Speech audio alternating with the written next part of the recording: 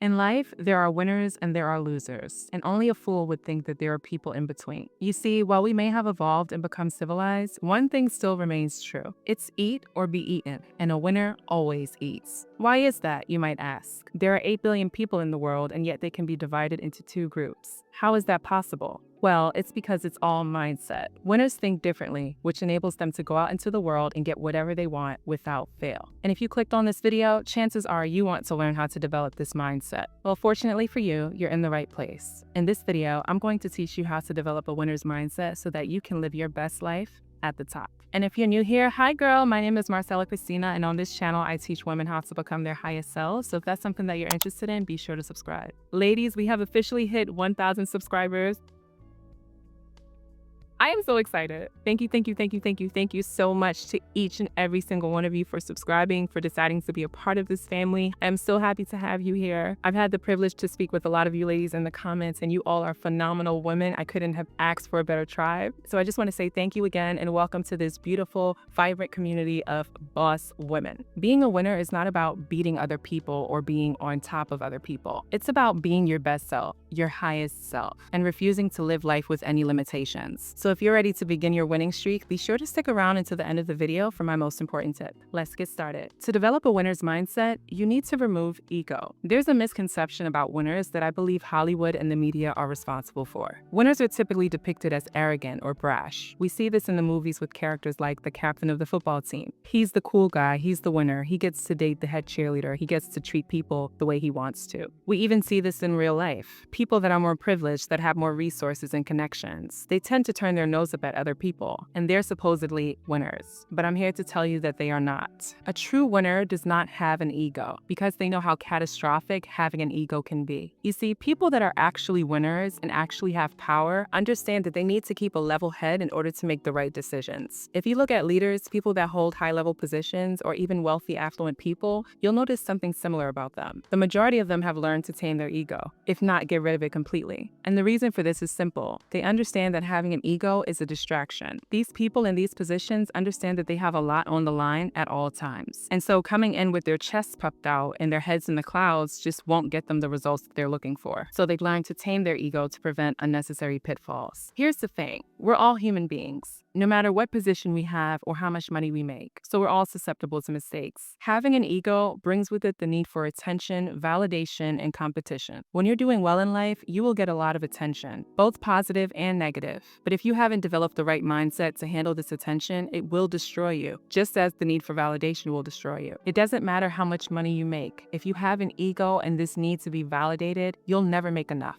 And while on the outside you may appear to be a winner and to be a success story, on the inside you'll never feel that way because you need other people to validate you as a winner. You need other people to validate your existence. And if it's one thing that an ego loves, it's competition. Any and all competition. Who has the most designer clothing? Who has the fastest car? Who lives on this side of town? With an ego, this need to compete is insatiable. You're always buying, you're always consuming, you're always distracting yourself. And before you know it, you look up and you realize that you've spent all of your time focusing on competing instead of winning. So yeah, just do yourself a favor and ditch the ego completely because it hurts more than it helps. When you remove your ego, you enter a state of constant learning and evolving. And this is the real cheat code that all winners understand. If you're constantly learning and evolving, then you will always be a winner. You see, the ego is so stifling. It holds you down. It's like walking around with a bag full of bricks. You have to be this person that you say you are. It's very rigid and very inflexible. And so it really prevents you from growing and expanding and trying new things. Better to be ego-free and develop a mindset where it's you versus you. You are your only competition, and you should only be striving to become a better version of yourself. To develop a winner's mindset, you need to respect other winners. As a winner, winners are your friends. They are not your enemies and they are not your competition. And so you win by appreciating other winners. If you can do this, you're already light years ahead of most people on the planet. Because essentially, when you appreciate other winners, you're acknowledging and respecting that they've done something right. You recognize that there is something that they know or have done that has led to their success. And so essentially, you give them their flowers. This is such a key to developing a winner's mindset because essentially it is growth mindset. It is collaboration over competition. Being a winner is not about selfishness or seclusion. It's about community. And so the more you allow yourself to acknowledge and appreciate other winners, the more you put yourself in a position to learn from them. When I'm around winners, I take notes. And I mean sometimes literal notes, like pen and paper or my notes app. Because when you're around a winner, they just drop so many gems. And me, as a winner myself,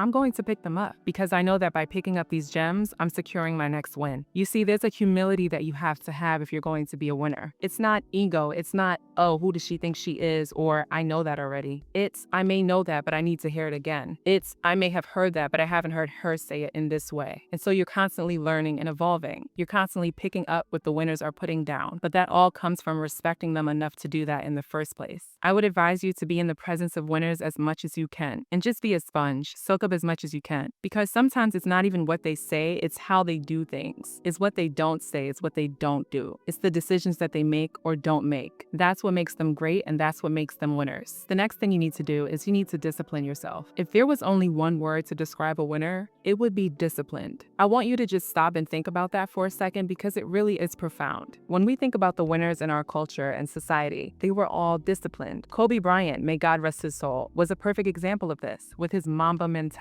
That is a winner's mindset. I'm going to be the first one in the gym and the last one out. I'm going to be the best at my craft. I'm going to be the greatest to ever do it. That is discipline. That is the fabric of a winner. When we think of our great artists, like none other than the king of pop himself, Michael Jackson, think about how exceptional his music is, how his music is so great it transcends time, how babies that have just been born are doing his dance moves, how he's left his stamp on music, culture, and the world in general. Think about how many hours he spent in the studio. I'm an artist myself, so I have a deep respect for this. It takes time to put these records together, and Michael Jackson has a catalog. I mean, it's so extensive that we haven't even heard most of it. Let that sink in. What I want to demonstrate here is the power of discipline, how important it is to commit yourself to something, because it's this commitment that unlocks your greatness. It is this discipline that transforms you into a winner. You have to discipline yourself both professionally and personally, and in my opinion, the latter is far more important. While disciplining yourself professionally is important for succeeding in your field, disciplining yourself personally is important for succeeding in life. You need to be made of the right stuff. You need to have the right values and the right moral compass. You need to first be the type of person that can even be a professional. And so getting yourself in order is necessary for accessing this winner's mindset. And if there's one thing that I love about discipline, it's how persistent it makes you. Winners are persistent. They don't take no for an answer. They keep going and they keep trying until they get to where it is they want to be. And so it's vitally important for success. It's vitally important for becoming a winner. You need to be a person that shows up for yourself over and over again. Despite how you're feeling, despite what mood you're in, you show up and you show out. You give it your best because you're disciplined. You don't let life get in the way of what you want. To develop a winner's mindset, you need to take initiative. A winner doesn't wait. She doesn't wait for the stars to align. She doesn't wait for her peers to validate her. She doesn't wait for anything or anyone because she knows what she wants and she knows where she's going. And so waiting would only delay her and waste her time. And she's not interested in wasting her own time. A winner makes things happen for herself. Instead of making excuses and living in fear, a winner gets out there. She puts her hands and her mind to work and she starts building. She starts building the life that she sees for herself. And the more she builds, the more she trusts herself and her vision. A winner's mindset is an acceptance of your mental freedom. It's an acceptance of your greatness and all that you are capable of. And it is this mental freedom that allows winners to do great things. They're great because they see the greatness within themselves. They're great because they've placed no limitations on themselves. And they refuse to accept the limitations that society has placed on them. And so winners are out here doing their thing. They're doing whatever they want to do because they have mental freedom and they have self-belief.